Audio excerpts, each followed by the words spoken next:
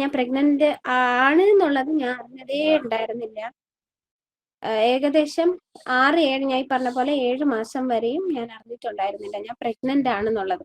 ഞാൻ എല്ലായിടത്തും പോവുമായിരുന്നു, എല്ലാ വീടുകളിലും പോവുമായിരുന്നു. അൽഹംദുലില്ലാ എന്റെ ഹസ്ബൻഡിന് 6 സിസ്റ്റേഴ്സ് ആണ്. അപ്പൊ 6 സിസ്റ്റർമാരെ വീട്ടിലും ഞാൻ പോവുമായിരുന്നു. അത് കൊല്ലത്തും കൊട്ടാരക്കരയൊക്കെയാണ്. ഞാൻ ട്രിവാൻഡ്രത്താണ്. പക്ഷെ എങ്കിലും ഞാൻ യാത്ര ചെയ്ത് ഞാൻ പോയി അവരൊക്കെ കാണുമായിരുന്നു, അവരെ മക്കളെയൊക്കെ കാണുമായിരുന്നു. എനിക്കത് ഒരു ഒരു ബുദ്ധിമുട്ടേ ആയിരുന്നില്ല യാത്ര ചെയ്യുന്നതോ ഈ പറഞ്ഞ പോലെ സ്റ്റെപ്പിന്റെ കാര്യമായാലും ഒന്നും. പക്ഷെ 7ാമത്തെ മാസം ആ സമയത്താണ് വീട്ടില് ആശാ വർക്കർ വീട്ടിലേക്ക് വരുന്നത്. ആശാ വർക്കർ വീട്ടിലേക്ക് വന്നു. വന്നിട്ട് അവര് പറഞ്ഞത്, നീ എന്താണ് ഉദ്ദേശിക്കണ, എന്നെ ഒരുമാതിരി ഞാന് എന്താണ് ചെയ്യുന്നത് എന്നതിന് അവര് ഞാൻ ചെയ്യുന്ന തെറ്റാണെന്ന് അടിച്ചമർത്താൻ വേണ്ടി വന്നവരായിരുന്നു. പക്ഷെ അൽഹംദുലില്ലാ ഞാൻ തിരിച്ചു ചോദിച്ചു, ഞാൻ ന്യായമായി എനിക്ക് അറിയേണ്ട ആവശ്യമുള്ള കാര്യങ്ങൾ ഞാൻ അവരോട് ചോദിച്ചിട്ടും അവരാരും എനിക്ക് ഉത്തരം തന്നില്ല. ഫസ്റ്റ് തന്നെ ആശാ വർക്കർ ഉത്തരം തന്നില്ല. അത് കഴിഞ്ഞ് ആശാ വർക്കറിന്റെ കീഴിൽ അവർ ആ ഒരു ഡിപ്പാർട്ട്മെന്റ്, ഹെൽത്ത് ഡിപ്പാർട്ട്മെന്റിന്റെ കീഴിൽ വർക്ക് ചെയ്യുന്ന നഴ്സിനെയും കൊണ്ടുവന്നിട്ട് ആദ്യം എൻ്റെ അടുത്ത് ചൂടായാണ് അവർ സംസാരിച്ചത്. ഒരു പ്രഗ്നന്റ് ലേഡി എന്ന ഒരു അവസ്ഥ പോലും തരാതെ, എന്നുവെച്ചാൽ ആ ഒരു ഇതുപോലും എനിക്ക് തരാത്തുള്ള രൂപത്തില് അവര് മോശമായി എന്നോട് സംസാരിച്ചു. അത് കഴിഞ്ഞ് അപ്പൊ ഞാനും എൻ്റെ അടുത്ത് ഒരാള് കയറി സംസാരിച്ചപ്പോ, എന്ന് വെച്ചാൽ ദേഷ്യത്തിൽ സംസാരിച്ചപ്പം ഞാനും തിരിച്ച് ദേഷ്യത്തിൽ സംസാരിച്ചു. ഇവരെല്ലാം ഇത് അറിയാനുള്ള കാരണം എന്താന്ന് വെച്ചാല് ഞാന് എന്റെ ഹസ്ബൻഡ് ഒന്നും പഠിച്ചിട്ടില്ല, അക്യുപഞ്ചർ ഒന്നും പഠിച്ചിട്ടില്ല. പിന്നെ വീട്ടിൽ പ്രസവത്തിനെ കുറിച്ച് ഒരു അറിവുമില്ല. എന്റെ ഹസ്ബൻഡ് ഇനിയിപ്പോ അക്യുപഞ്ചറിസ്റ്റ് ആണെങ്കിലും ശരി, എന്താണ് പറ്റാൻ പോകുന്നതെന്ന് അറിയാമല്ലോ എല്ലാവർക്കും.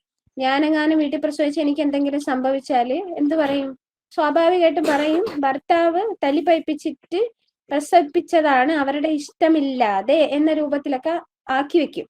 ഈ ഒരു ആക്കി വെക്കല് വരാതിരിക്കാൻ വേണ്ടിയിട്ട് മുഖ്യമന്ത്രിക്ക് പിന്നെ കളക്ടറിന് വിവരാവകാശം അതോ മനുഷ്യാവകാശം എന്തോ അവിടെ ഇട്ടിട്ടുണ്ടായിരുന്നു. പിന്നെ വേറെ ആരോഗ്യ വകുപ്പ് മന്ത്രി അവർക്കും ഇട്ട് കൊടുത്തായിരുന്നു. ഇവർക്ക് 4 പേർക്കും എന്റെ സ്റ്റാൻഡ് ഇട്ട് കൊടുത്തിട്ടുണ്ടായിരുന്നു. എന്ന് വെച്ചാൽ എന്റെ ഈ ഡെലിവറി ആയിട്ട് ബന്ധപ്പെട്ട എന്റെ ഭർത്താവിനും എന്റെ കുടുംബക്കാർക്കും ഒന്നും യാതൊരു പങ്കുമില്ല. അത് എന്താണ്, ഞാൻ സ്വയമേ എടുത്ത തീരുമാനമാണ്. അതായത് തീരുമാനമായാലും അത് എന്റെ ഇഷ്ടപ്രകാരം ആയിരുന്നു എന്നുള്ള കാര്യം പൂർണ്ണമായി രേഖപ്പെടുത്തിക്കൊണ്ട് ഞാൻ കത്ത് എഴുതിയിട്ടുണ്ടായിരുന്നു. പലരുടെയും ഹെൽപ്പോട് കൂടി തന്നെയാണ് ആ കത്ത് എഴുതിയത്. അൽഹംദുലില്ലാ ഹെൽപ്പ് ചെയ്തവർക്കൊക്കെ പൂർണ്ണമായിട്ട് എന്തോ എനിക്കൊരു വലിയൊരു ഭാരം പൂർത്തിയായ മാതിരിയായിരുന്നു തോന്നിയത്. കാരണം എന്തും മരണം എന്നത് എപ്പോഴും വേണോ ഏത് സമയത്ത് വേണോ സംഭവിക്കുന്ന കാര്യമാണല്ലോ. അപ്പം എനിക്കാവാം, എന്റെ കുഞ്ഞിനാവാം, എന്തും ആവാമല്ലോ. അപ്പൊ ആ ഒരു കാരണം കൊണ്ട് ഇവിടെ ഉള്ള ആരും എന്ത് ചെയ്യാൻ പാടില്ല, വിഷമിക്കാൻ പാടില്ല. എന്റെ പ്രഗ്നൻസി ഡെലിവറി എന്ന ഒരു പീരീഡ് കാരണം ഇത് ഉദ്ദേശിച്ചാണ് അയച്ചത്. ഈ കാരണത്താലാണ് അപ്പോഴാണ് അവരറിയണത് ഞാൻ പ്രഗ്നന്റ് ആണ് എന്നൊക്കെ ഉള്ളത്. മുന്നേ ആശാവർക്കറിനെ വിളിച്ച് പറയാൻ ശ്രമിച്ചിരുന്നു, പക്ഷെ അവരത് റിജക്ട് ചെയ്തു. അപ്പൊ അവരുടെ പേരിൽ മൊത്തം തെറ്റായി എന്ന് അവർക്ക് തോന്നി. സോ അവരെന്ത് ചെയ്തെന്ന് വെച്ചാല് വീട്ടിൽ വന്നു, വിഷയം ഉണ്ടാക്കാൻ ശ്രമിച്ച് നഴ്സുമാരെ കൊണ്ടുവന്നു. നഴ്സുമാര് കഴിഞ്ഞ് ഡോക്ടർമാര് വന്നു. നഴ്സുമാരെന്ന് വെച്ചാൽ എന്റെ ഹസ്ബൻഡിന്റെ വീട്ടിലുള്ള നേഴ്സ്, അവിടത്തെ പഞ്ചായത്തും വീട്ടിലെ പഞ്ചായത്തും, ആ 2 പഞ്ചായത്തുകാരും അടുത്തടുത്താണ് വീടെങ്കിലും 2 പഞ്ചായത്തായിരുന്നു. അപ്പൊ അതുകൊണ്ട് ആ 2 പഞ്ചായത്തിലുള്ള നഴ്സുമാരൊക്കെ വന്നു. അവസാനം ഒരു എന്താ പറയാ, ഒരു സീനാണ് അവർ ക്രിയേറ്റ് ചെയ്യാൻ ശ്രമിച്ചത്. അവര് ഇങ്ങനെ വരെ പറയുണ്ടായി, എന്താ എന്റെ ഹസ്ബൻഡിനെ വെച്ചിട്ടൊന്ന് സംസാരിച്ച് നോക്കാം, അങ്ങനെ എങ്ങാനും കുടുംബം അങ്ങനെ തകരൂന്ന് കാണുമ്പം അവർക്ക് ചിലപ്പം മാറി ചിന്തിക്കാൻ തോന്നിയാലോ, ഈ രൂപത്തിൽ വരെ അവർ സംസാരിക്കണ്ടായി. പക്ഷെ എങ്കിലും അൽഹംദുലില്ലാ ഇവർ ഓരോ ഫോൺ കോള് വിളിച്ചപ്പോഴും ഞാൻ അതൊക്കെ റെക്കോർഡ് ചെയ്തിട്ടുണ്ടായിരുന്നു. പിന്നെ ഇവർ വന്നപ്പോഴെല്ലാം ഞാൻ റെക്കോർഡ് ചെയ്തിട്ടുണ്ടായിരുന്നു. കാരണം എന്റെ തീരുമാനമാണെന്നുള്ളതിനുള്ള തെളിവായിരുന്നു അതെല്ലാം. അൽഹംദുലില്ലാ അതിന് വേണ്ടിയിട്ടാണ് ഞാൻ റെക്കോർഡ് ചെയ്ത അത് ഞാൻ സെൻഡും ചെയ്തിട്ടുണ്ടായിരുന്നു എനിക്ക് വിശ്വാസമുള്ള ആൾക്കാരുടെ അടുത്തേക്ക്. കാരണം എന്ന് വെച്ചാൽ എനിക്ക് എന്തെങ്കിലും സംഭവിച്ചാൽ അവരുടെ കയ്യിൽ ഈ സാധനം ഉണ്ടെങ്കിൽ ഇവർക്ക് ഉറപ്പായിട്ട് പുറത്ത് കാണിക്കാമല്ലോ ഇത്. ആ ഒരൊറ്റ കാരണത്തിന്റെ പേരിൽ ഇതെല്ലാം കഴിഞ്ഞ് ഡോക്ടർ വന്ന്, എന്റെ ഹെഡ് ഡോക്ടറോ അങ്ങനെ എന്തോ പറയുന്ന ഹെഡ് നേഴ്സും പിന്നെ ഡോക്ടറും, ഹെൽത്തിന്റെ കീഴിൽ വർക്ക് ചെയ്യുന്ന ഡോക്ടറും വന്നു. ഒരു ഇഷ്യൂ ഉണ്ടാക്കി. അപ്പോഴും ഞാൻ ചോദിച്ചു, പല കാര്യങ്ങളും ചോദിച്ചു, ലേബർ ഇൻഡക്ഷനെ കുറിച്ച് ചോദിച്ചു. മാത്രല്ല നമ്മളെ കട്ട് ചെയ്യത്തില്ലേ, ഈ കട്ട് ചെയ്യുന്നതിനെ കുറിച്ച് ചോദിച്ചു. പിന്നെ ഇതുമായിട്ട് ബന്ധപ്പെട്ടിട്ട് ഈ ഈ മറ്റേ ഗുളിയൊക്കെ കഴിക്കത്തില്ലേ, ഇതിനെയൊക്കെ കുറിച്ച് ഞാൻ ചോദിച്ചു. ഇതിനൊന്നും അവർക്ക് ഉത്തരം തരാനില്ല. ഇതൊക്കെ ഉത്തരം നമുക്ക് പറയാൻ പറ്റണമെങ്കിൽ ഞാൻ എന്തോ ഒപ്പിട്ട് കൊടുക്കണം എന്ന് പറഞ്ഞ് ഒപ്പിട്ട് കൊടുത്തില്ല.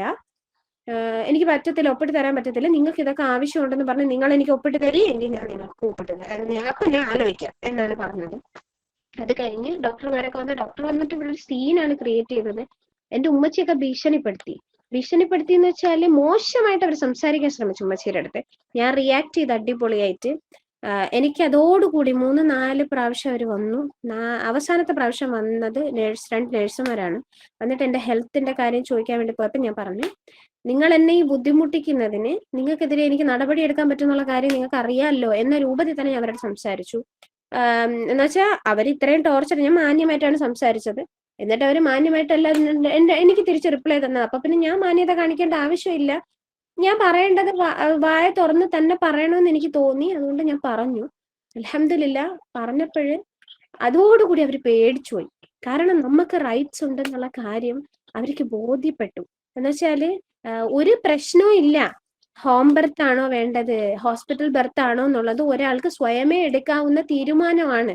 സത്യം പറഞ്ഞാൽ മറ്റേ നമ്മൾ ഈ ഫോം ഫില്ല് ചെയ്ത് കൊടുക്കത്തില്ലേ, മറ്റേ ബർത്ത് സർട്ടിഫിക്കറ്റ് ഫോം, അതിൽ വ്യക്തമായി എഴുതിയിട്ടുണ്ട് ഹോം ആണോ ഹോസ്പിറ്റൽ ആണോ എന്ന് വ്യക്തമായി ചോദിച്ചിട്ടുണ്ട്. വെഹിക്കിളിലാണോ വേറെ എന്തെങ്കിലും സ്ഥലത്ത് വെച്ചാണോ സംഭവിച്ചത് എവിടെയെങ്കിലും എന്നുള്ളത് ക്ലിയർ ആയിട്ട് അവര് അതിൽ ചോദിച്ചിട്ടുണ്ടായിരുന്നു.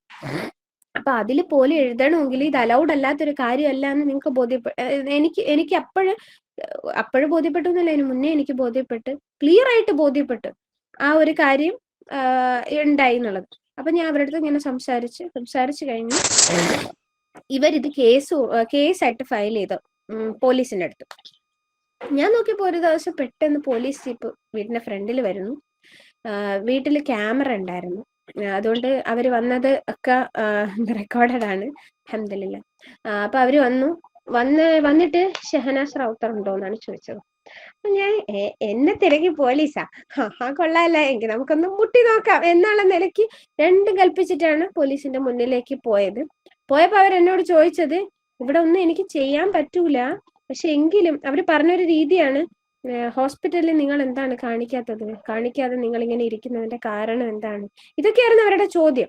അപ്പൊ ഞാൻ പറഞ്ഞു, ഹോസ്പിറ്റലിൽ കാണിക്കണം നിർബന്ധമുണ്ടോ എന്ന് ചോദിച്ചപ്പോഴേക്കും അവര് പറഞ്ഞു, നമുക്കിത് പറയാം, ഒരു കേസ് വന്നു, മറ്റേ ഹെൽത്ത് എന്നാണ് പഞ്ചായത്തിൽ നിന്ന് അങ്ങനെ എന്താണ് പറഞ്ഞ, ഹെൽത്തിൽ നിന്ന് അങ്ങനെ എന്തോ അവരൊരു കേസ് കൊടുത്തപ്പോ ആ കേസ് എന്താണെന്ന് അന്വേഷിക്കാൻ വന്നു എന്നേ ഉള്ളൂ, വേറെ ഒന്നുമില്ല, നമുക്ക് ഇതിലൊന്നും ചെയ്യാനില്ല എന്ന രൂപത്തിലാണ് അവർ സംസാരിച്ചത്. അപ്പോഴും ഞാൻ പറഞ്ഞു, അപ്പൊ അവര് ഒരു ലേഡിയും കൂടെ കൊണ്ടിട്ടാണ് വന്നത്. അവരെന്നെ കൺവിൻസ് ചെയ്യാൻ ശ്രമിച്ചു എന്ന് വെച്ചാൽ ഇതൊക്കെ ലീഗലി തെറ്റാണ്. ഒരാളെ ഹോസ്പിറ്റൽ ബർത്തിന് വേണ്ടി ഒരു സ്ത്രീന്റെ മാനുഷികമായിട്ടുള്ള അവകാശമാണ് എവിടെ പ്രസവിക്കണമെന്നുള്ളത്. എന്നാൽ അവരുടെ സ്വന്തം അവകാശമാണ്. ഈ അവകാശത്തിനെ നിഷേധിച്ചുകൊണ്ടാണ് പോലീസ് ആയിട്ടുള്ള അവര് പോലും എന്നോട് സംസാരിച്ചത് അലോപ്പതിയിൽ പോയി പ്രസവിക്കണമെന്ന രൂപത്തിലാണ്. യഥാർത്ഥത്തിൽ അവർ ചെയ്തത് തെറ്റായ കാര്യം, പൂർണ്ണമായിട്ടുള്ള തെറ്റാണ് അവർ ചെയ്തത്. പക്ഷെ എന്നിട്ട് അവർക്കത് മനസ്സിലായോന്ന് അല്ലാഹു ആലം. എന്തായാലും ഞാൻ പറഞ്ഞു, ഇതേപോലെ അതിനൊരു അവകാശം ഇല്ലേ, എവിടെ പ്രസവിക്കണം എന്നുള്ളത് എന്റെ ഇഷ്ടമല്ലേ എന്ന രൂപത്തിൽ ഞാൻ ജസ്റ്റ് ഒന്ന് ചോദിച്ചിട്ടുണ്ടായിരുന്നു. അപ്പൊ അവര് പിന്നെ അത് ഉറപ്പായിട്ട് നിങ്ങളുടെ ഇഷ്ടമാണ് അങ്ങനെ ഒരു തീരുമാനം എടുക്കുക, അപ്പൊ നിങ്ങൾ വീട്ടിൽ പ്രസവിക്കാനാണോ തീരുമാനം എടുത്തിരിക്കണമെന്ന് ചോദിച്ചിരുന്നു. അപ്പൊ ഞാൻ ഒന്നും മിണ്ടിയില്ല. കാരണം എന്താണ് അപ്പോഴത്തെ അവസ്ഥയെന്ന് ഞാൻ ഇപ്പൊ അങ്ങനെ വണ്ടിയിലിരുന്ന് പ്രസവിച്ചു പോയാലോ, ഞാൻ എവിടെയെങ്കിലും യാത്ര പോകണേ, അതുകൊണ്ട് എനിക്ക് അറിഞ്ഞൂടല്ലോ. റബ്ബിന്റെ ഉദ്ദേശപ്രകാരം മാത്രം നടക്കുന്ന ഒരു കാര്യമാണ് ജനനം. അപ്പൊ പിന്നെ അതിലെന്തില്ല, എനിക്ക് വേറെ ഒന്നും ഞാൻ ചിന്തിച്ചില്ല, ഞാൻ തീരുമാനിച്ചിട്ടില്ല. ഈ രൂപത്തിൽ തന്നെ പറഞ്ഞിട്ടുണ്ടായിരുന്നു.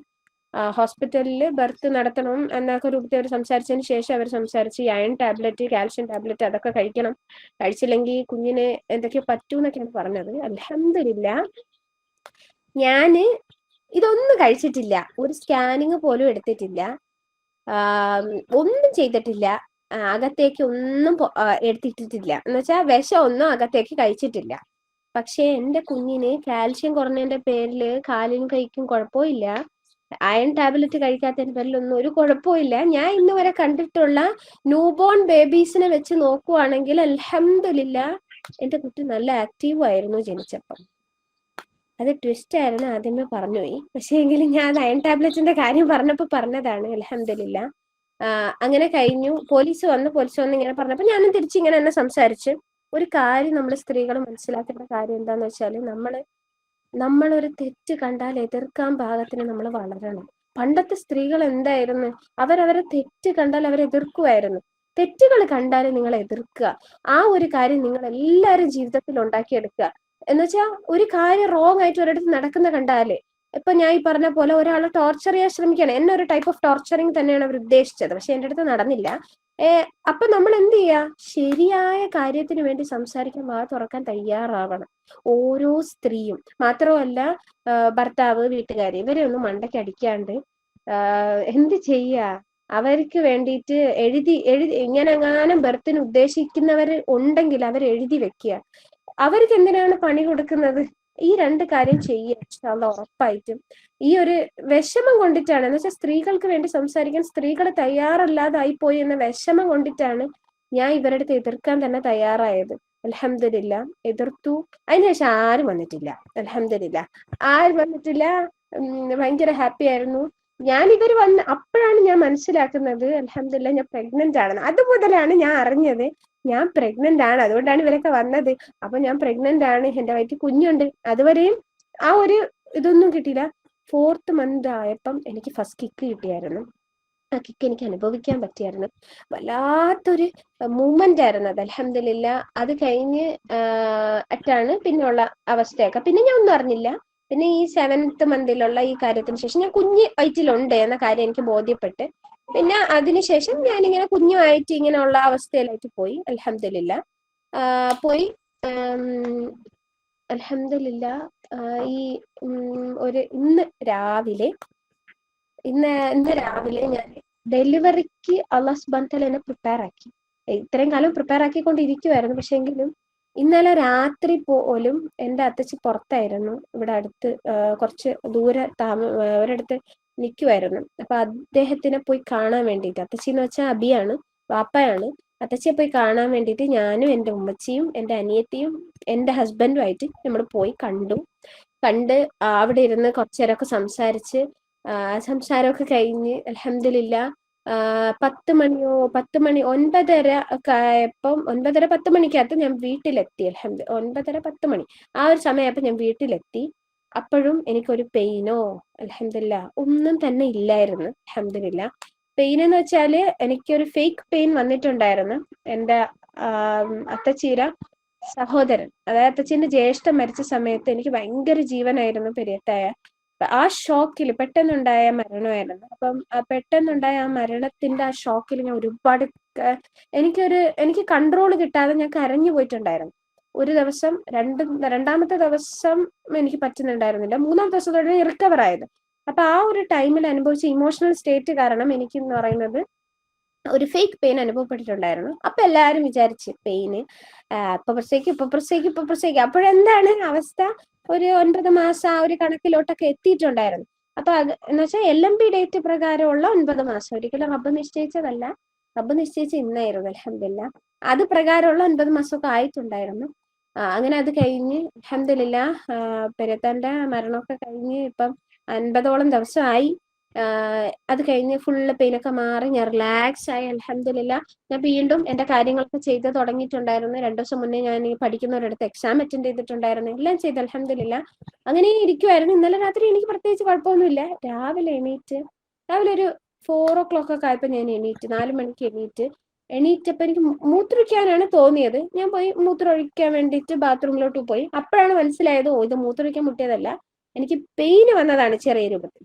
അപ്പൊ എന്ത് ചെയ്ത്, പെയിന് വന്നെങ്കിലും ഞാൻ എന്നൊക്കെ അറിയാതൊക്കെ വിളിച്ചു പോണതല്ലാതെ ഞാൻ ആരടുത്തും അങ്ങനെ പറഞ്ഞില്ല. അപ്പൊ ഇത് കഴിഞ്ഞ് സുബഹി നമസ്കാരം നിസ്കരിച്ചുകൊണ്ടിരിക്കുന്ന സമയത്ത്, ഫജറിന് സുബഹി നമസ്കാരം നിസ്കരിക്കുന്ന സമയത്ത് എനിക്കൊരു പെയിൻ വന്നിട്ടുണ്ടായിരുന്നു ശക്തമായിട്ട്. നിസ്കാരം എങ്ങനെ പൂർത്തിയാക്കി എന്നുള്ളത് എനിക്ക് ഡൗട്ട് ആയി പോയായിരുന്നു. ഞാൻ അത് പൂർത്തിയാക്കി അൽഹംദുലില്ലാ എന്തായാലും. അത് കഴിഞ്ഞ് സലാം വീട്ടിയിട്ട് അതും കഴിഞ്ഞു അൽഹംദുലില്ലാ. എന്ന് പറഞ്ഞ് പെയിൻ എപ്പോഴും ഇല്ല. പെയിന് വരും, ഞാൻ ഉറങ്ങും, വീണ്ടും പെയിന് വരും, ഞാൻ ഉറങ്ങും. ഈ അവസ്ഥയായിരുന്നു അൽഹംദുലില്ലാ. പെയിന് വരും, അപ്പൊ ഞാൻ ഉണർച്ചയിലായിരിക്കും. പെയിന് വരുമ്പോൾ എനിക്ക് ഉറങ്ങാനൊന്നും പറ്റിയില്ല. പെയിന് വരുമ്പോൾ ഞാൻ ഉണർന്നിരുന്നു. അത് കഴിയുമ്പോൾ ഞാൻ ദാ ഉറങ്ങി പോവായിരുന്നു. വീണ്ടും പെയിന് വരും, ഞാൻ എണീക്കും. അല്ല, എണീറ്റ് സുജൂദിലിരുന്ന് റുക്കോയിലൊക്കെ ഞാൻ ഇരുന്ന് അൽഹംദുലില്ലാ. പക്ഷെ എങ്കിലും അത് കഴിഞ്ഞ് വീണ്ടും ഞാൻ ഉറങ്ങുമായിരുന്നു.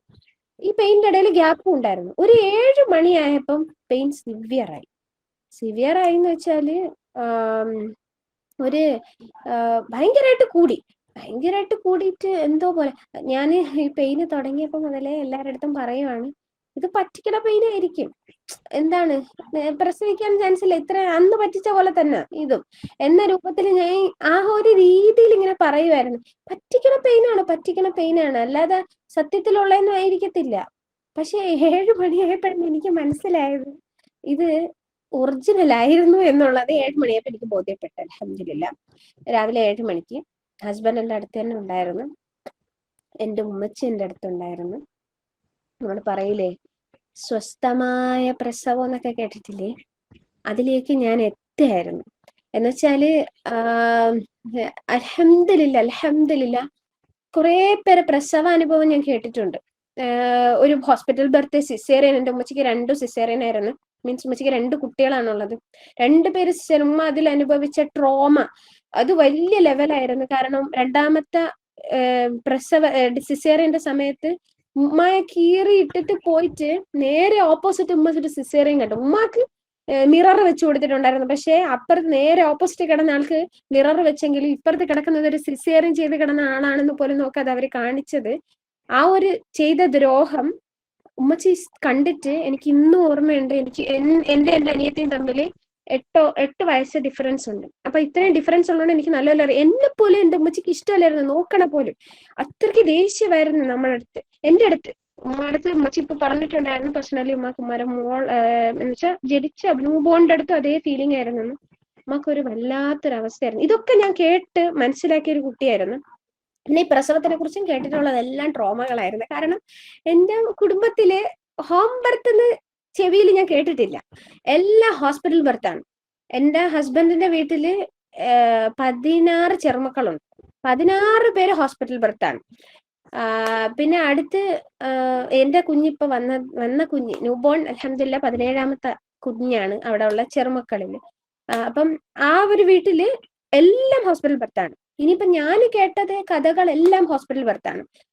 ആ ഹോസ്പിറ്റൽ ബർത്തിൽ അനുഭവിച്ച ട്രോമ കാരണം ഉണ്ടായ കാലുവേദനകള്, അതോടുകൂടി ഉണ്ടായ എൻ്റെ ഉമ്മച്ചിയുടെ അനിയത്തി എന്ന് പറയുന്നത് ഡെലിവറി ആയിരുന്നു. 3ാമത്തെ ഡെലിവറിയിൽ ഉണ്ടായ ട്രോമ കാരണം ആ ട്രോമയില് കാല് പൂർണ്ണമായിട്ടും നടക്കാൻ പറ്റാത്ത അവസ്ഥയിലേക്ക് മാറിയിട്ടുണ്ടായിരുന്നു.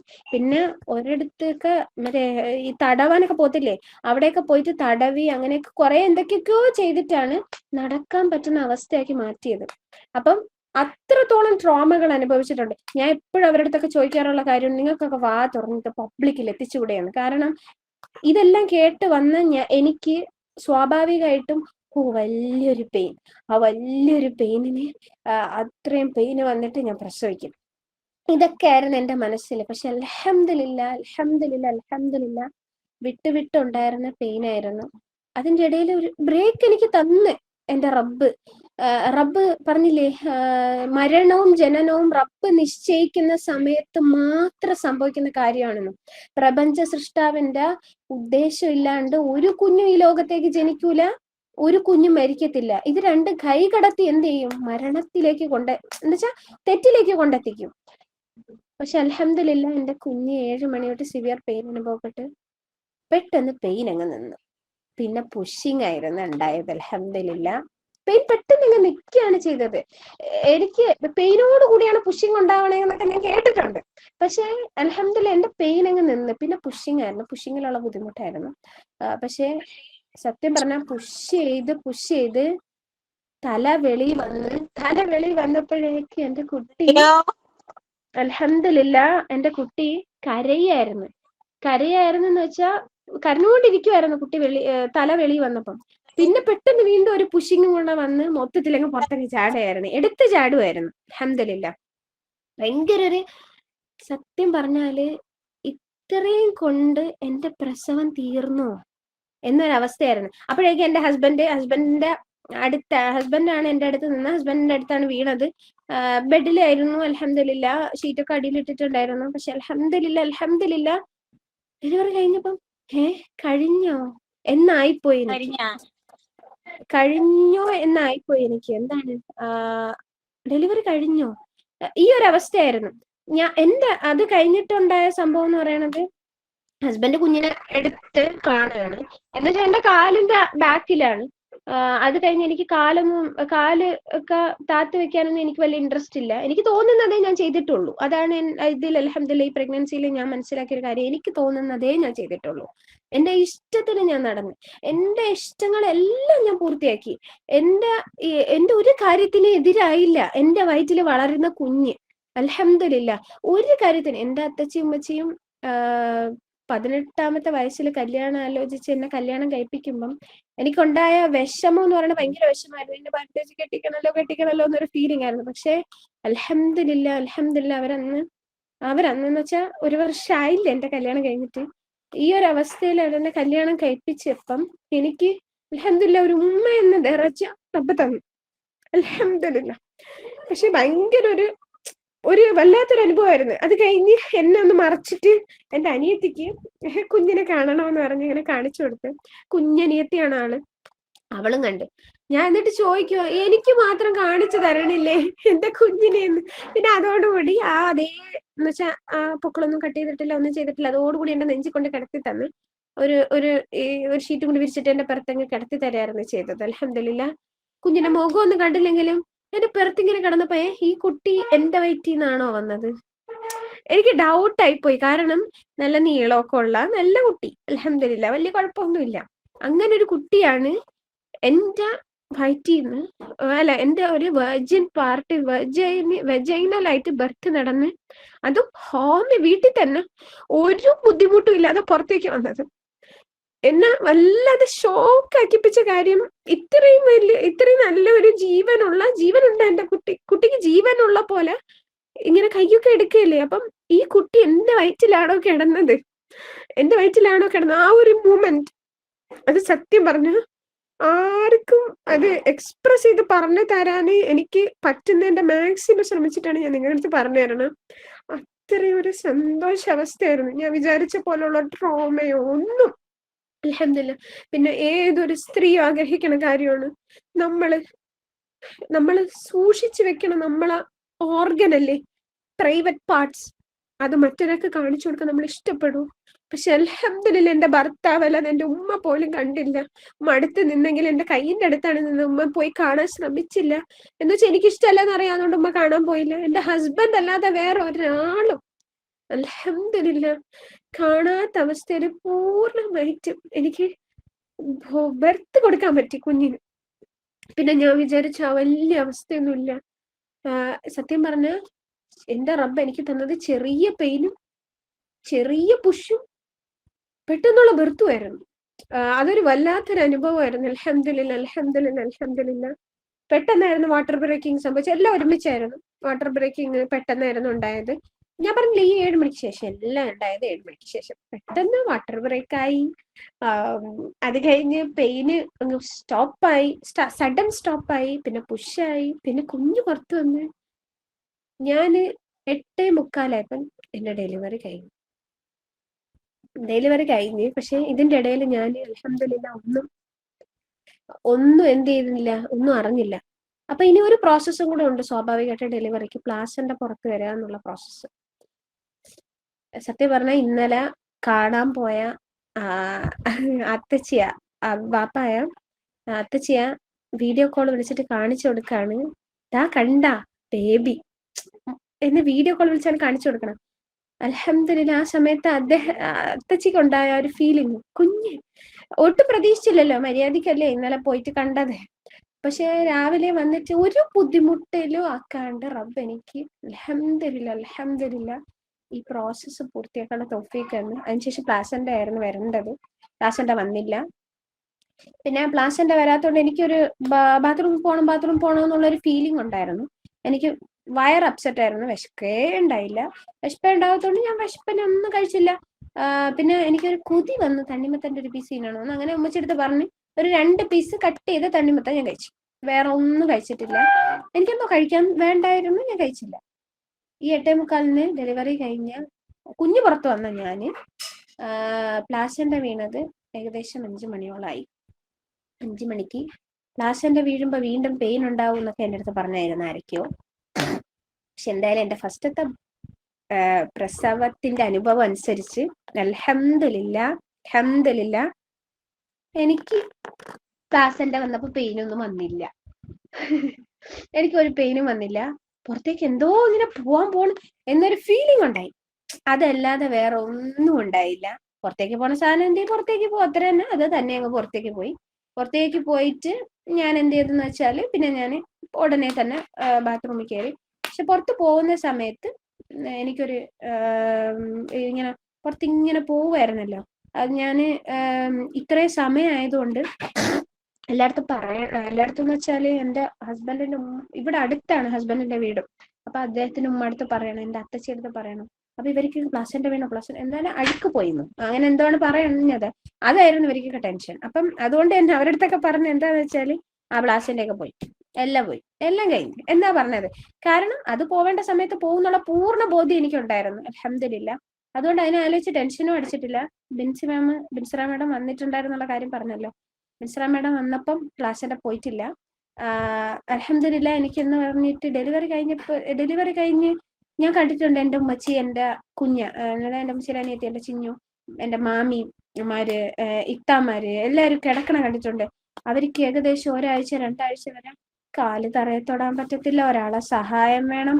പിന്നെന്തുവാ, ഇരിക്കാൻ പറ്റൂല, ഇരിക്കുമ്പോ വേദന ആയതുകൊണ്ട് ഇരിക്കാൻ പറ്റത്തില്ല, ഒരു സൈഡ് ചെരിഞ്ഞ് ഇരിക്കണ പോലെ ശ്രമിക്കും. ഇങ്ങനെ പലതും ഞാൻ കണ്ടിട്ടുണ്ട്. പക്ഷെ അൽഹംദുലില്ലാ ഞാൻ കുത്തനെയാണ് ഇരുന്നത് പ്രസവിച്ച് കഴിഞ്ഞിട്ട്. എനിക്കൊരു വൂണ്ടും ഇല്ലായിരുന്നു, അൽഹംദുലില്ലാ. എത്ര കിലോ എന്നൊന്നും നോക്കിയില്ല. എന്തായാലും ഒരു നീളവും വലിപ്പമൊക്കെ ഉള്ള ഒരു നല്ലൊരു കൊച്ചുണ്ട്.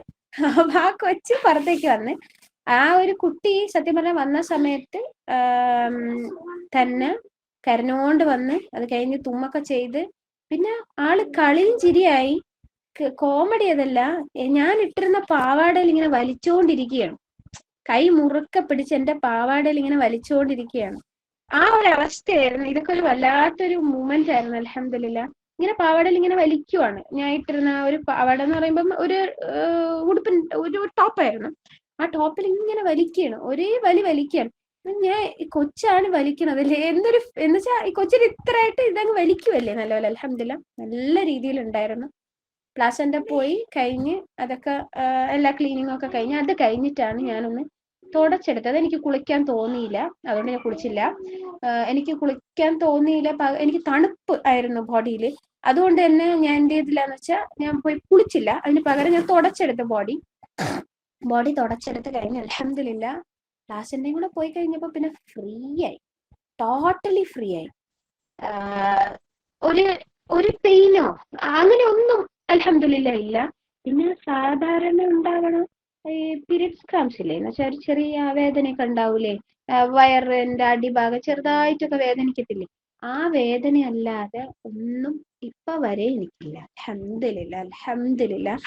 റബ്ബ് ഇതെങ്ങനെയാണ് പ്രപഞ്ച സൃഷ്ടാവ് ചാർട്ട് ചെയ്തതെന്ന് ചോദിച്ചാൽ എനിക്ക് അറിഞ്ഞൂടാ. അതിന്റെ മിറാക്കിള് സത്യം പറഞ്ഞാല് എല്ലാരും കരഞ്ഞു പോവായിരുന്നു. എന്ന് വെച്ചാ എന്റെ ഹസ്ബൻഡ്, എന്റെ ഉമ്മച്ചി, ഞാന് ഡെലിവറി കഴിഞ്ഞപ്പോ അങ്ങ് കരഞ്ഞു പോവായിരുന്നു. കാരണം എന്താന്ന് വെച്ചാല് ഇത് കഴിഞ്ഞല്ലോ, ഒരു വലിയ പ്രോസസ് എന്ന അവസ്ഥയിലായിരുന്നില്ല. സിമ്പിൾ ആയിട്ട് അത് കഴിച്ചു തന്ന റബ്ബ് ഈ ഒരു അവസ്ഥ എന്ത് ചെയ്ത് റബ്ബ് നമുക്ക് തന്ന. അൽഹംദുലില്ലാ. അങ്ങനെ വീട്ടിൽ തന്നെ ഹസ്ബൻഡിനെ മാത്രം എന്റെ ഔറത്ത് കാണിച്ച അവസ്ഥയിൽ എനിക്ക് ബെർത്ത് കൊടുക്കാൻ പറ്റി. എന്റെ കുഞ്ഞിന് നല്ലോണം കിടക്കണുണ്ട്. പിന്നെ ആള് പാല് കുടിക്കുന്നുണ്ടായില്ല. അപ്പൊ ഞാൻ കൊടുത്തില്ല, പാല് കുടിക്കണ്ടെന്ന് തോന്നി കൊടുത്തില്ല. കുട്ടി കുടിക്കണില്ലായിരുന്നു. കുടിക്കാന്നൊക്കെ വിചാരിച്ച് ഉണന്നൊക്കെ ഇരിക്കുമ്പം നോക്കുമ്പോഴേക്കും ആള് ഛർദ്ദിക്കുമ്പോ പിന്നെ കൊടുക്കേണ്ട ഇതില്ലാത്തോണ്ട് കൊടുത്തില്ല. അത് കഴിഞ്ഞ് ഈവനിങ് ആയപ്പം നൈറ്റിൽ, ഈ നൈറ്റ് ആയില്ല, ഈവനിങ് ആയപ്പോൾ ഒരു 6 മണിയൊക്കെ കഴിഞ്ഞപ്പം ഇച്ചിരി പാൽ കൊടുത്ത് കുടിച്ചു, സ്വന്തമായിട്ട് കുടിച്ചു. അത് ഞാൻ വിചാരിച്ചു ഇത് ആരാണോ എന്തോ പഠിപ്പിച്ചു കൊടുത്തത്. റബ്ബ് പറയില്ലേ തൊലിയിൽ ഇങ്ങനെ എഴുതിയിട്ടുള്ള കാര്യങ്ങളാണ്. അൽഹംദുലില്ലാ അൽഹംദുലില്ലാ. ആ അവസ്ഥയില് അൽഹംദുലില്ലാ ഇപ്പൊ എന്റെ അടുത്ത് എന്റെ നേരെ കിടക്കണുണ്ട്. അൽഹംദുലില്ലാ കുഞ്ഞ് എന്റെ ഉമ്മ എന്റെ അടുത്തുണ്ട്. പറയും കണക്ക് എനിക്ക് വേദന വരുമ്പം ഏത് പൊസിഷനിൽ നിൽക്കാനും അനുവദിച്ച രൂപത്തില് അൽഹംദുലില്ലാ എനിക്ക് പറ്റി, സുഖമായിട്ട് ഹാപ്പി ആയിട്ട് സന്തോഷത്തില് ഈ അവസ്ഥ പൂർത്തിയാക്കാനുള്ള തൗഫീഖ് എനിക്ക് കിട്ടി. അൽഹംദുലില്ലാ അൽഹംദുലില്ലാ. ഭയങ്കര ഒരു ഡെലിവറി എന്ന് പറയുന്ന ഒരു പേടി. ഇപ്പൊ ഞാൻ പ്രസവിച്ചിട്ട് ഇപ്പൊ കുറെ മണിക്കൂറായി. ഇപ്പോഴും ഞാൻ പറയണ ഇനി ഒരു പ്രഗ്നൻസി വന്ന് ഞാൻ ഹാൻഡിൽ ചെയ്യും എന്നുള്ള കാര്യം ഉറപ്പായിട്ടും എനിക്ക് ഇനിയും പേടിയില്ല.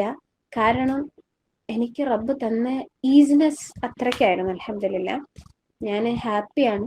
പിന്നെ ഈ തീരുമാനം എടുക്കാനുണ്ടായ കാരണം എന്താണെന്ന് ചോദിച്ചാല് പലരുടെയും ദുരനുഭവം തന്നെയാണ് എൻ്റെ ലൈഫില് ഞാൻ ഈ തീരുമാനം എടുക്കാനുണ്ടായ കാരണം. പലരുടെയും ദുരനുഭവം തന്നെയാണ്. പിന്നെ ഒരു കാര്യം ബോധ്യപ്പെട്ട എന്താന്ന് വെച്ചാല് ഇവർക്കാർക്കും എന്താ പറയാ, നമ്മളെ വലിയ രൂപത്തിൽ തലയിൽ വെച്ച് കൊണ്ട് നടക്കുന്ന ഡോക്ടർമാർക്ക് പോലും ഉത്തരം തരാൻ കഴിയാത്ത ക്വസ്റ്റ്യൻസ് ആണ് അവര്, തെറ്റുകളാണ്, ക്വസ്റ്റ്യൻസ് എന്നല്ല തെറ്റുകളാണ് അവരെ ഹോസ്പിറ്റലിൽ അവർ പ്രഗ്നന്റ് ലേഡീസിനോട് കാണിച്ചുകൊണ്ടിരിക്കണമെന്ന് എനിക്ക് ബോധ്യപ്പെട്ടു, പൂർണ്ണമായിട്ട് ബോധ്യപ്പെട്ടു. അത് പെയിൻ ഇൻഡ്യൂസ് ചെയ്യുന്ന ലേബർ ഇൻജക്ഷൻ ഉൾപ്പെടെ. പിന്നെ ഞാൻ കണക്ക് LMD അവരുദ്ദേശിക്കണ LMD പ്രകാരം 10 മാസം കഴിഞ്ഞ് ഉള്ള അവസ്ഥയിലായിരുന്നു. 9 മാസം പിന്നെ ഏകദേശം 10 മാസം ആ ഒരു കണക്കാണ്. പിന്നെ ഈ കണക്കൊന്നും നോക്കേണ്ട കാര്യമില്ല. സമയത്ത് പ്രസവിച്ചു. റബ്ബിന്റെ തീരുമാനം എന്തായിരുന്നു അതുപോലെ പ്രസവിച്ചു. അൽഹംദുലില്ലാ ഭയങ്കര ഒരു റാഹത്തായിരുന്നു. പിന്നെ ഇതിലേക്ക് വരാന് പല അനുഭവങ്ങളാണ്. എനിക്ക് മുന്നേ ഒരുപാട് അസുഖങ്ങൾ വന്നിട്ടുണ്ട്. അസുഖങ്ങൾ വന്നപ്പോഴത്രയും ഞാൻ ആ രീതിക്കൊക്കെ എന്ന് വെച്ചാൽ ട്രീറ്റ്മെന്റ് അലോപ്പതി പോയിട്ടില്ല. അലോപ്പതിയിൽ എനിക്ക് റിലീഫ് കിട്ടിയിട്ടില്ല. അത് കഴിഞ്ഞ് പൂർണ്ണമായിട്ടുള്ള ക്യൂർ എനിക്ക് വേറെ അക്യുപഞ്ചർ ട്രീറ്റ്മെന്റ് ചെയ്തപ്പോഴാണ് എനിക്ക് കിട്ടിയിട്ടുള്ളത്. അവിടെ നിന്നാണ് പിന്നെ പഠിക്കാൻ ശ്രമിച്ചത്. പഠിച്ചത് കാരണത്താൽ അൽഹംദുലില്ലാ പഠിച്ചപ്പോൾ അവിടെ നിന്ന് നമ്മുടെ അടുത്ത് എല്ലാം പഠിക്കാനാണ് പറഞ്ഞത്. നിങ്ങൾ അത് അങ്ങനെയാണോ എന്ന് നിങ്ങൾ തിരക്കി നോക്കി, നിങ്ങൾ അങ്ങനെയാണോ എന്ന് നിങ്ങൾ അന്വേഷിക്കും, ഇതേ പറയുള്ളൂ. ഒരിക്കലും അവരിത് ചെയ്യുക അങ്ങനെയാണ് എന്ന് സത്യം പറഞ്ഞ അക്യുപഞ്ചറിസ്റ്റുമാരുടെ അടുത്ത് പൂർണ്ണമായിട്ട് പറയത്തും കൂടിയില്ല. അക്യുപഞ്ചർ പഠിക്കുന്ന സ്റ്റുഡൻസ് ആണ്, അവരുടെ അടുത്ത് പോലും പറയത്തില്ല ഇത് ഇങ്ങനെയാണെന്ന് പറയത്തില്ല. ഒരു കാര്യം എടുത്ത് അവർ പറയാൻ നിങ്ങൾ ഇത് അന്വേഷിച്ച് കണ്ടുപിടിക്കണമെന്നാണ്. ആ രൂപത്തിൽ അന്വേഷിച്ചപ്പോഴൊക്കെയും ഡെലിവറിയിൽ ഉണ്ടാക്കി വെച്ചിട്ടുള്ള ഹോസ്പിറ്റലുകാരുണ്ടാക്കി വെച്ചിട്ടുള്ള ദുരന്തം അത് പൂർണ്ണമായിട്ട് മനസ്സിലായിട്ടുണ്ടായിരുന്നു. പിന്നെ എൻ്റെ ഉമ്മച്ചിയുടെ അനുഭവത്തിൽ ഉമ്മ എന്തായാലും എൻ്റെ അടുത്ത് പറയാതിരിക്കൂലല്ലോ. പക്ഷെ അൽഹംദുലില്ലാ ഏതുമ്മാക്കും, ഞാൻ ഫസ്റ്റ് പ്രഗ്നൻസി ആയിരുന്നു, ഏതുമ്മാക്കും സ്വാഭാവികമായിട്ട് മക്കളെ കാര്യത്തിൽ ഉണ്ടാകുന്ന ഒരു വലിയൊരു ടെൻഷനാണ്. എന്ന് വെച്ചാൽ അവരനുഭവിച്ച അതേ അനുഭവം ഉറപ്പായിട്ട് അവരെ മോക്കും അനുഭവിക്കേണ്ടി വരും എന്നുള്ളൊരു തോന്നലുണ്ടല്ലോ. പക്ഷെ അൽഹംദുലില്ലാ എൻ്റെ ഉമ്മച്ചിക്ക് എന്ന് പറയുന്നത്, ഉമ്മ പറഞ്ഞതാണ്, ഞാനും എൻ്റെ ഉമ്മച്ചി ഒരുമിച്ചാണ് പഠിച്ചത് അക്യുപഞ്ചർ. ഉമ്മച്ചിക്ക് ഉണ്ടായ അനുഭവം എന്ന് പറയുന്നത് അൽഹംദുലില്ലാ കൂളും സാഫ് ആയിട്ടുള്ള ഒരു കൂളായിട്ടുള്ള ഒരു അവസ്ഥയായിരുന്നു അൽഹംദുലില്ലാ ഉണ്ടായിരുന്നത്. പിന്നെ ഇടയ്ക്കിടയ്ക്ക് പെയിനൊക്കെ വരണുണ്ടോ എന്നൊക്കെ ഒരു ചോദ്യം അല്ലാതെ അൽഹംദുലില്ലാ എന്ന് വെച്ചാൽ എന്തെങ്കിലും പ്രസവിക്കുമെന്ന് അറിയാനുള്ള ആകാംക്ഷയിലുള്ള ചോദ്യം അല്ലാതെ വേറെ ഒന്നും എൻ്റെ ഉമ്മയുടെ ഭാഗത്തൊന്നും ഉണ്ടായിട്ടില്ല. ഉമ്മ പറഞ്ഞ പ്രകാരം ഉമ്മ ഭയങ്കര കൂളായിരുന്നു. ഉമ്മ അങ്ങനെയാണ് എൻ്റെ അടുത്ത് പറഞ്ഞു തന്നിട്ടുള്ളത്. ഇത്രയും സന്തോഷമായിട്ട് ഡെലിവറി പ്രഗ്നൻസി ഒക്കെ ഹാൻഡിൽ ചെയ്യാൻ അൽഹംദുലില്ലാ എൻ്റെ പ്രപഞ്ച സൃഷ്ടാവ് എൻ്റെ റബ്ബ് എനിക്ക് തൗഫീഖ് ചെയ്ത് അൽഹംദുലില്ലാ അൽഹംദുലില്ലാ അൽഹംദുലില്ലാ. ഭയങ്കര ഒരു സന്തോഷമുണ്ട് അൽഹംദുലില്ലാ. എല്ലാരും ദുആയിൽ ഉൾപ്പെടുത്തുക. മുന്നോട്ടുള്ള കാര്യങ്ങൾ എന്ന് വെച്ചാല് പിന്നുള്ള ഇത് എന്ന് പറഞ്ഞാൽ കുഞ്ഞിന്റെ തർബിയത്താണ്, പിന്നെ ബാക്കിയുള്ള കാര്യങ്ങളാണ്. ഇതെല്ലാം റബ്ബിന്റെ തൃപ്തിക്ക് മാത്രമേ പ്രപഞ്ച സൃഷ്ടാവ് എന്ത് പഠിപ്പിച്ചു അതുപോലെ ചെയ്യാൻ, പ്രപഞ്ചത്തിൽ എന്താണ് അവസ്ഥ അതുപോലെ മുന്നോട്ട് ജീവിക്കാൻ എനിക്കും എൻ്റെ മക്കൾക്കും ഇപ്പൊ എന്ന് വെച്ചാൽ കുഞ്ഞിനും അതേപോലെ എൻ്റെ ഹസ്ബൻഡിനും എൻ്റെ കൂടെയും ഈ ലോകത്ത് താമസിക്കുന്ന എല്ലാവർക്കും ഭാഗ്യം കിട്ടാൻ വേണ്ടിയിട്ട് എന്ന് വെച്ചാൽ അത് ശരിയായ രീതിയിൽ പ്രവർത്തിക്കാനുള്ള ഭാഗ്യം കിട്ടാൻ വേണ്ടിയിട്ട് എല്ലാവരും പ്രാർത്ഥിക്കുക.